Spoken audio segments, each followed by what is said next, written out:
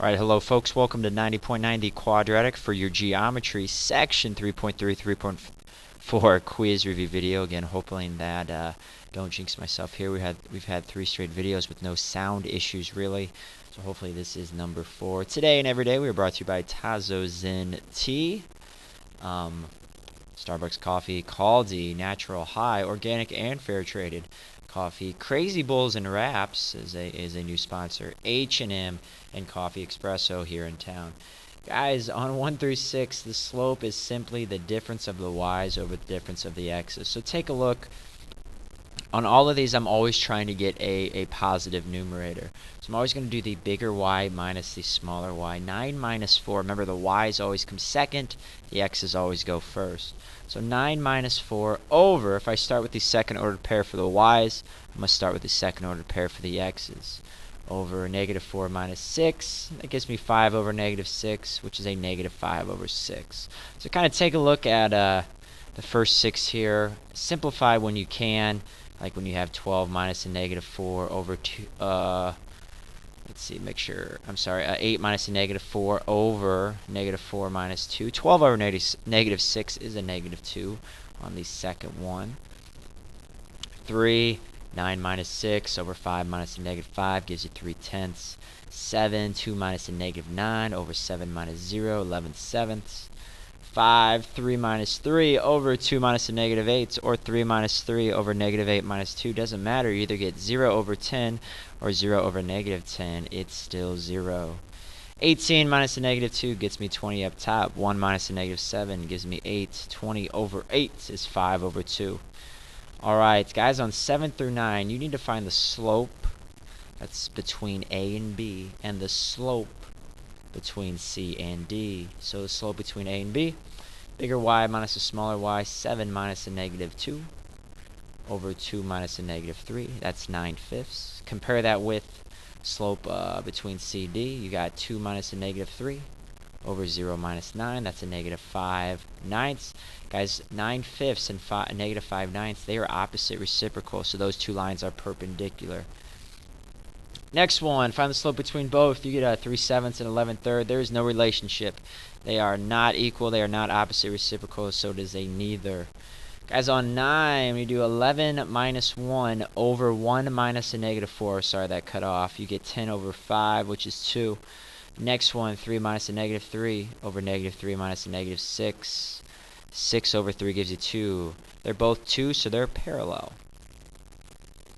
Alright folks, the second page, you want to start by plotting the point that they tell you it passes through. If it passes through negative 1, 3, then plot negative 1, 3.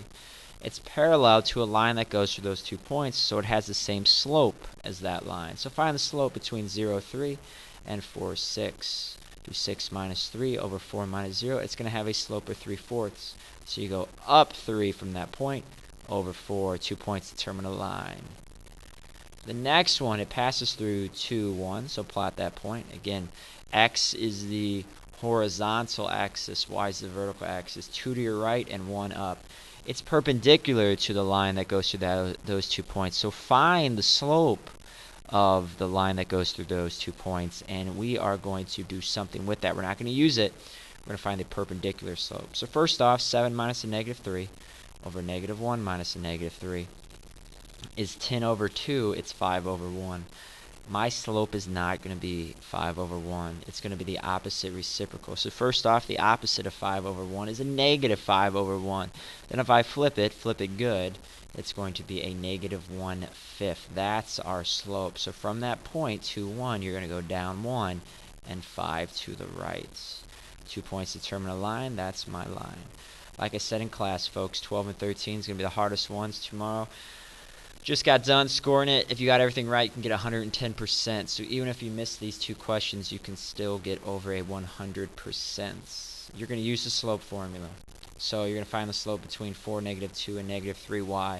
So you're going to do y minus a negative 2 over negative 3 minus 4. Clean that up. That's y plus 2 over negative 7. Now we're going to set this equal to the slope they gave me. They told me that this is 3/4. So set it equal to 3/4 and then cross multiply. Negative 7 times 3 is negative 21. 4 times the quantity of y plus 2 gives you y plus 8. Subtract 8 from both sides, divide by 4, negative 7 1/4.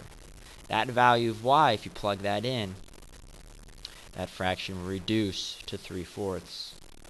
Number 13 here, I'm going to do the bigger y minus the smaller y. 3 minus a negative 4 over 2 minus x. Clean that up. That's 7 over 2 minus x is equal to the slope they gave me. Put the negative in the numerator, negative 2 over 7. Cross multiply, 7 times 7 is 49. Negative 2 times the quantity 2 minus x is right here. Add 4 to both sides, divide by 2, 26.5. I will give you the point slope formula tomorrow, and this will make 14 through 16 very, very easy. It is y minus y1, y1 is going to be a number, is equal to m times x minus x1. x1 is a number. You are always kind of given the x1 and y1. So it's literally y minus 6, the y value, is equal to the slope, negative 3/8, times x minus the negative 4, x minus the x value. Now to subtract a negative 4 is to add 4, so clean it up like that.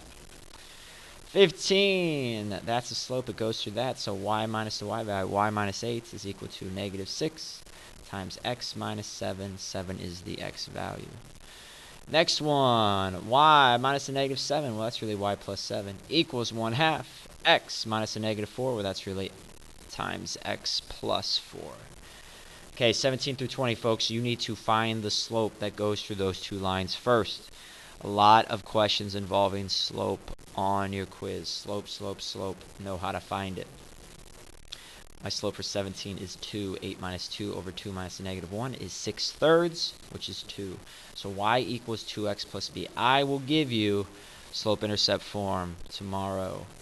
Alright, now, I need to pick an ordered pair to use. I picked 2, 8, so I plug 8 in for y, 2 in for x. 8 equals 4 plus b. b is 4. So put it all together, y is 2x plus 4. We didn't do this one in class. You get a slope of 1/3, because I would pick 0, 0. It doesn't matter what you pick, you're going to get a b value of 0. This goes to the origin. It's y equals 1/3 x. We didn't do 19 in class. 19 has a nice slope of positive 4.